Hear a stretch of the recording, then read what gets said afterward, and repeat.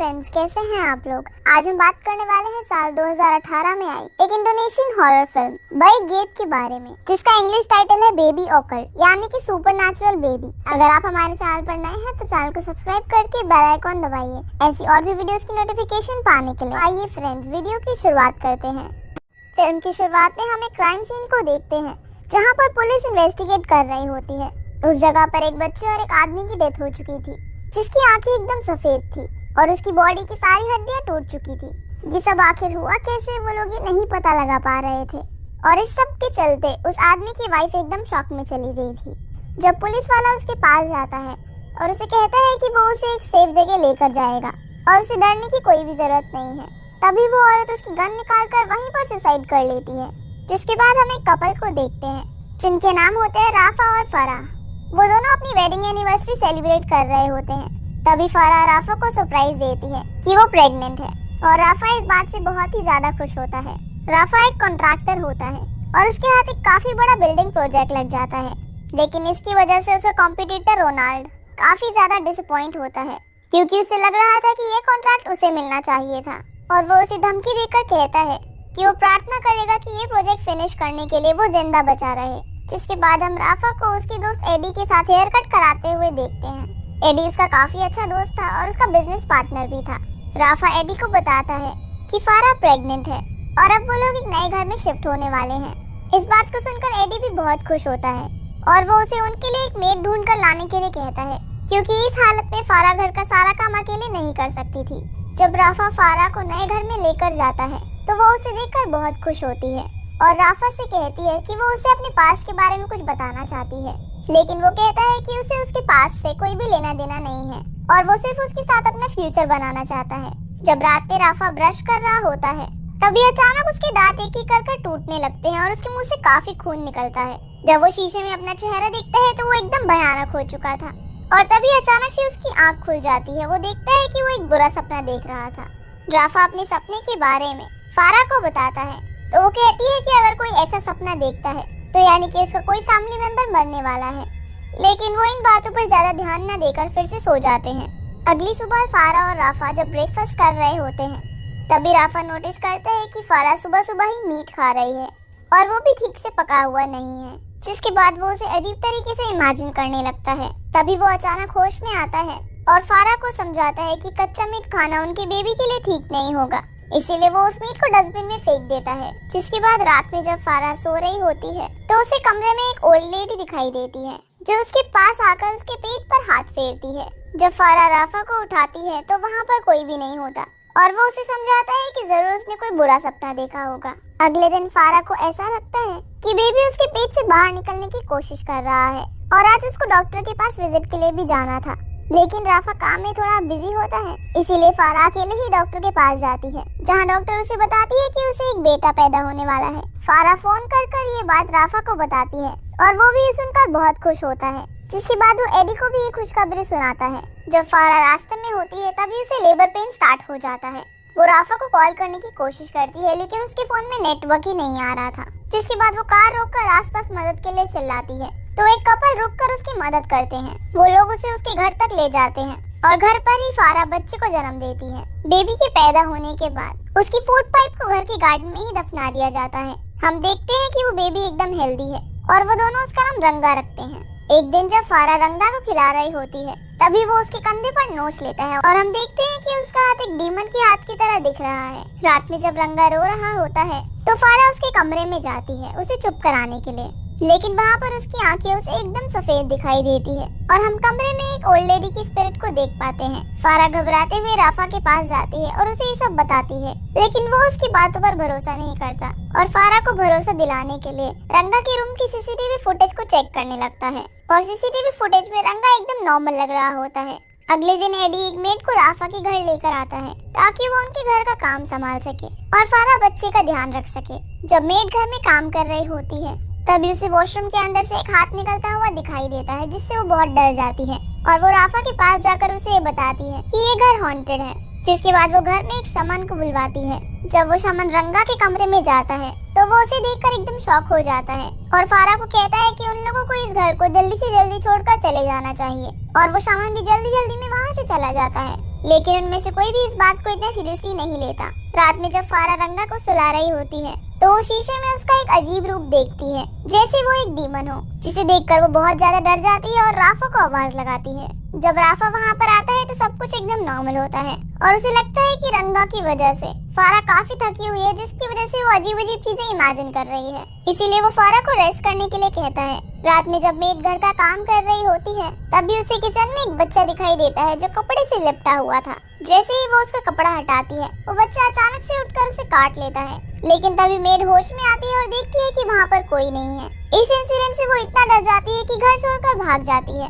Rafa कई दिनों से घर पर ही था, जिसकी वजह से उसका काम बहुत डीले हो गया था। जब वो काम पर जा रहा होता है तो फारा उसे रोकने की कोशिश करती है, क्योंकि उसे घर में अकेले रहने से डर लगने लगा था।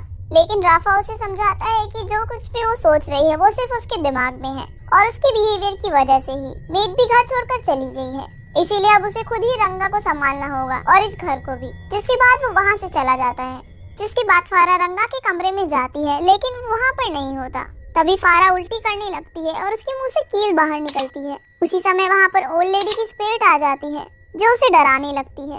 फारा घर से बाहर भागने की कोशिश करती है, लेकिन दरवाजा लॉक होता है। जिसके बाद फारा रंगा को एक डीमन के रूप में देखती है, इसीलिए वो चाकू लेकर उसे जान से मारने ही वाली होती है कि तभी राफा वहाँ पर आकर उसे रोक लेता है और उसे शांत कराता है। जिसके बाद राफा भी उस लेडी की स्पिरिट हॉन्ट करती है और वो समझ जाता है कि ये घर सच में हॉन्टेड है और फारा झूठ नहीं बोल रही है। इसीलिए वो अपनी फैमिली को लेकर अपने पुराने घर में चला जाता है, जहाँ उसका एक पड़ोसी जब उससे बात करने की कोशिश करता है तो राफा उसके साथ काफी रूडली बिहेव करता है। लेकिन रंगा जब से इस घर में आया होता है तब से वो रोना बंद ही नहीं करता। इसीलिए राफा उसे घर के बाहर ले जाता है घुमाने के लिए, लेकिन वो तब भी चुप नहीं होता। और जब उसका नेबर उसे अपनी गोद में लेता है तब वो एकदम चुप हो जाता है। तभी उसे रंगा की आंखें एकदम लाल दिखाई देती है। जिसके बाद वो आदमी कहता है कि वो उसकी फैमिली की सेफ्टी के बारे में उससे कुछ बात करना चाहता है। इसीलिए राफा उसे घर के अंदर इनवाइट करता है। जिसके बाद वो आदमी उसे एक केस के बारे में बताता है जिसे हमने फिल्म की शुरुआत में देखा था, और ये आदमी वही पुलिस वाला था जो उस केस को उस समय इन्वेस्टिगेट कर रहा था।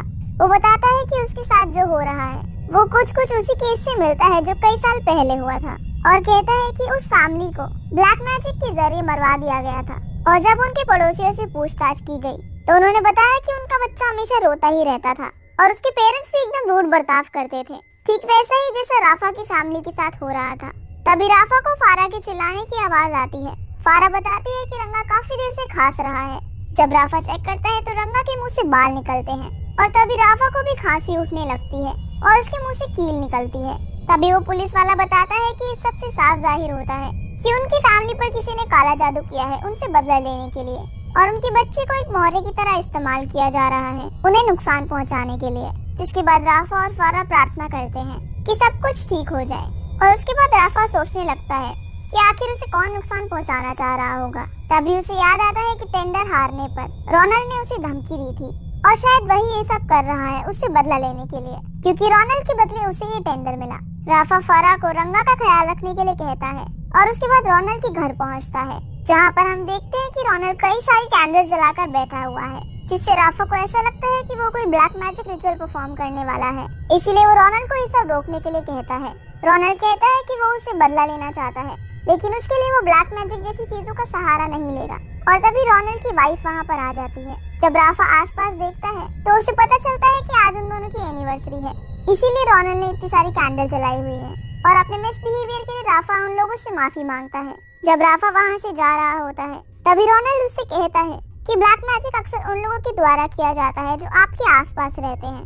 घर जाते हुए राफा सोचने लगता है कि आखिर ऐसा कौन है जो उसके साथ ही करना चाहता होगा। तभी हम एडी को देखते हैं जो कि ब्लैक मैजिक रिचुअल कर रहा होता है, यानी कि इस सब के पीछे वही था जो राफा और उसकी फैमिली को नुकसान पहुंचाना चाह रहा था। जिसके बाद एडी राफा के घर जाता है और यहाँ हमें पता चलता है कि फारा पहले एडी की गर्लफ्रेंड हुआ करती थी। जब वो प्रेग्नेंट हुई तो एडी ने उसे छोड़ दिया, जिसकी वजह से उसकी बेबी की डेथ हो गई। फारा कहती है कि उन लोगों के बीच में जो कुछ भी था वो सब अब एक पास्ट है और अब वो राफा के साथ बहुत खुश है। तभी एडी कहता है कि वो इस बच्चे की वजह से ज्यादा क्लोज आए हैं, अगर ये नहीं होता तो उन दोनों में इतना प्यार नहीं होता। और एडी गुस्से में रंगा को कोई नुकसान ना पहुंचा दे, इसीलिए फारा उससे लेने लगती है, लेकिन वो उसे बेबी नहीं देता। तभी राफा घर के बैकडोर से अंदर घुस जाता है और एडी को पकड़ लेता है, और तभी फारा रंगा को लेकर उसके रूम में चली जाती है। लेकिन वहाँ पर उस लेडी की स्पिरिट आ जाती है जो रंगा को उससे छीन लेती है। लेकिन फारा उसे जोर जोर से चिल्लाकर कहती है कि ये उसका बेबी है, जिससे वो स्पिरिट रुक जाती है। और जब एडी और राफा एक दूसरे से लड़ रहे होते हैं, तभी वो स्पिरिट एडी के पूरे शरीर की हड्डियों को तोड़ डालती है, जिससे उसकी मौत हो जाती है। जिसके बाद राफा फारा को कहता है कि अब सब कुछ ठीक है और मूवी यहीं पर खत्म हो जाती है। तो फ्रेंड्स, ये थी इस फिल्म की कहानी। और अब बात करते हैं इसकी एंडिंग के बारे में। फिल्म की शुरुआत में ब्लैक मैजिक की मदद से जिस फैमिली को मारा गया था, वो शायद उसी घर में रहते थे जहाँ पर राफा और फारा शिफ्ट हुए थे। जब एडी को पता चला कि फारा प्रेग्नेंट है, तो उसने ब्लैक मैजिक की मदद से उस लेडी की स्पिरिट की मदद ली जिसकी उस घर में मौत हुई थी, क्योंकि वो राफा की फैमिली को हर्ट कराता था और वो नहीं चाहता था कि फारा और राफा एक साथ खुश रहे, क्योंकि फारा पहले उसकी गर्लफ्रेंड थी। और यही बात थी जो फारा फिल्म की शुरुआत में राफा को बताना चाहती थी अपने पास्ट के बारे में। लेकिन राफा को इस सब से कोई लेना देना नहीं था। जिसके बाद वो स्पिरिट उन सबको घर के अंदर हॉन्ट करने लगी, इसीलिए वो लोग फिर से अपने पुराने घर में शिफ्ट हो गए। लेकिन वहाँ पर भी ये सब नहीं रुका। एंड में जब वो स्पिरिट रंगा की आत्मा को अपने अंदर खींच रही होती है, ठीक उसी तरह मारने के लिए जैसे उसका बच्चा मरा था, तभी फारा उसे रोक कर याद दिलाती है कि ये उसका बेबी है, जिससे वो स्पिरिट ब्लैक मैजिक के कंट्रोल से बाहर निकलती है और वो रंगा को छोड़ देती है। जिसके बाद वो जाकर एडी को ही जान से मार डालती है, ठीक उसी तरह जैसे उसके हस्बैंड की मौत हुई थी, क्योंकि वही ब्लैक मैजिक की मदद से उस स्पिरिट से ये सब करवा रहा था, जिसकी वजह से राफा और उसकी फैमिली बच जाती है। रंगा सच में सुपर नेचुरल था या फिर फारा उसे हेलुसिनेट कर रही होती है, ये तो फिल्म में क्लियर नहीं है। लेकिन अगर बेबी सच में सुपर नेचुरल था, तो उन लोगों की प्रॉब्लम्स अभी खत्म नहीं हुई है और एडी के मरने के बाद भी वो बेबी उन्हें जरूर परेशान करेगा। और हमने देखा कि कैसे राफा का दोस्त थी उसकी और उसकी फैमिली की जान के पीछे पड़ गया। इसीलिए कभी कभी जो लोग हमारा दोस्त बनने का दिखावा करते हैं, वो असल में हमारे दोस्त नहीं होते हैं। तो फ्रेंड्स, ये थी इस फिल्म की कहानी एंड आई होप आप लोगों को ये वीडियो पसंद आई होगी। तो वीडियो को लाइक करना बिल्कुल भी मत भूलिएगा और अगर आप हमारे चैनल पर नए हैं तो चैनल को सब्सक्राइब करके बेल आइकॉन दबाइए। तो आपसे मुलाकात होगी अगली वीडियो में, तब तक के लिए गुड बाय।